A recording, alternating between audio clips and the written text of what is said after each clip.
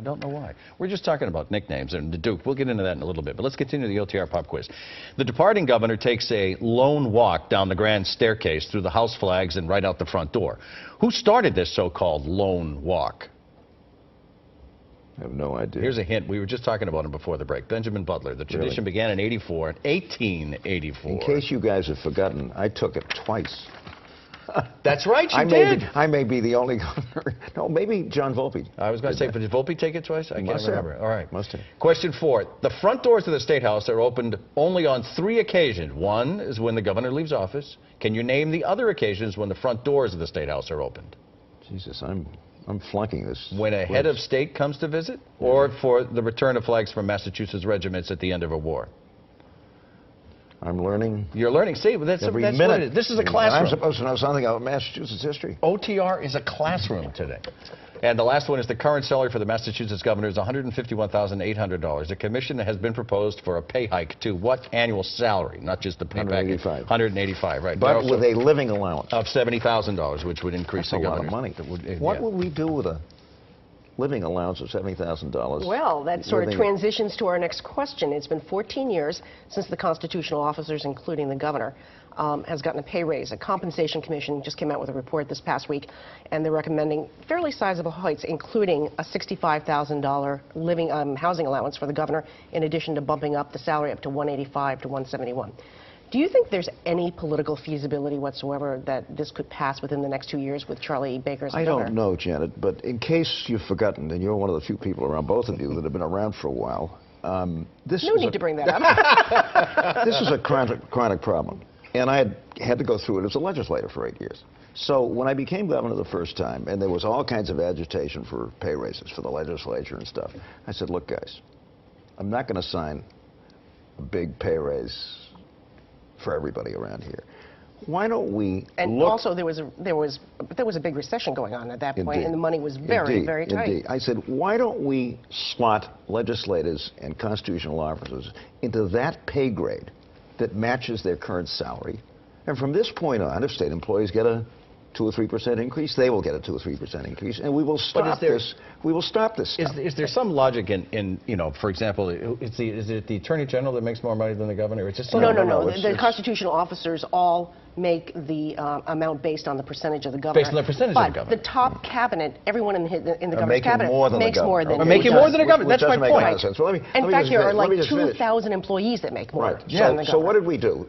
They weren't happy about it, but I said, look, it's the only way I'm going to sign a pay raise. If we slot you into the appropriate pay grade, and from that point on, you and the state employees will move in tandem. I mean, we're not going to have this stuff, you know, no raise and then a big raise and a big uproar. So we did it, and it worked beautifully.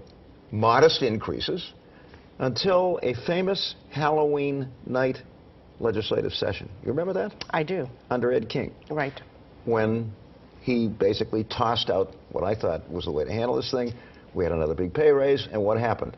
Citizens got upset, they put it on the ballot, and the whole thing was rejected. But constitutional officers in a different category. Do you think it is time to raise the governor's salary from $151 to $185 with a very generous housing allowance? I'm for doing it the way we did it during my first term. I think it's the only way to do it. It's the only way to end this kind of political every 6 or 7 years political uproar stuff, and I would hope that we would get back to that. Let's put a bigger umbrella over it. Governor Patrick's talking about cuts to local cities and towns, aid cuts to cities and towns. So is there an appetite in the public to hear about raises for the legislators, and therefore the governor also has to... Probably not, which is another reason, Ed, why if we could get back to the system that I thought we had legislated effectively in my first term, you would end this stuff.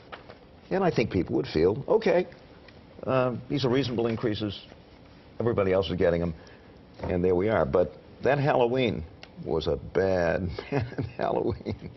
Tsarnaev Trial begins on January 5th. You testified at Rebel Philippos' trial because of a personal relationship with his family. Well, it's something that he had said to me the day after he was questioned by the FBI. Which was his mother was panicked because she couldn't find him, didn't know where he was and so forth, and he had been questioned for 5 hours by the FBI. And so I called him for her, and he answered, and I said, Robel, we've known them for, since the kid was 3 or 4. And a wonderful young man. And he said, well, I was questioned by the FBI. I said, what did you tell him? He said, I was so confused, I don't know what I told him. And Well, I thought that was important for the jury to hear. Well, he will be sentenced a few weeks after the Tsarnaev trial starts. Do you think, under those circumstances, that your friend's son will get a fair sentencing? I think the judge is a fair judge, and I hope he will do the right thing. For the life of me, I don't understand why this young man should be imprisoned. I mean, he was obviously confused. He had nothing to do with the bombing or anything connected with it. He was down there to kind of put together a financial aid package so he could get back to UMass Dartmouth. And I think pushing for imprisonment in this case is just unwarranted. Well, I don't know what... I'm oversimplifying it, but he said the nature of his confusion was the fact that he was so high on marijuana he didn't know where he was. That's not a great thing, needless to say. But in any event, I just don't see any reason in this case, Ed, why incarcerating this kid makes any sense at all. Put him on probation, let him go back to school and become a responsible adult. I was telling the governor just as we came out of commercial that he's one of 3 people I know referred to as the Duke. There's John Wayne, there's you, and Gil Santos, the radio voice of the Patriots, always called Gino Cappelletti Duke. And I Good to never see knew you, that. Duke. Good to see you, Duke. So you're the 3rd Where Duke. did that come from? I honestly don't know the genesis of it, but he calls him Duke. Cappelletti, Mediterraneans, you think there's... See, look at him. But for political junkies, there's only one Duke. The analytical mind isn't working. You see, Governor, great to see you. Have a great Christmas and give our best to your wife. Great to see you. We'll be thinking about you. Yeah, when it's From 85 sunny degrees and sunny. California. I don't wanna Thanks hear to the about governor that. for making time for OTR today. Coming up next, proposed pay raises we were talking about for the bigwigs on Beacon Hill. What do you think about it? OTR's Ted Reinstein is just asking. I think he should get it. He should get it. Absolutely, yeah.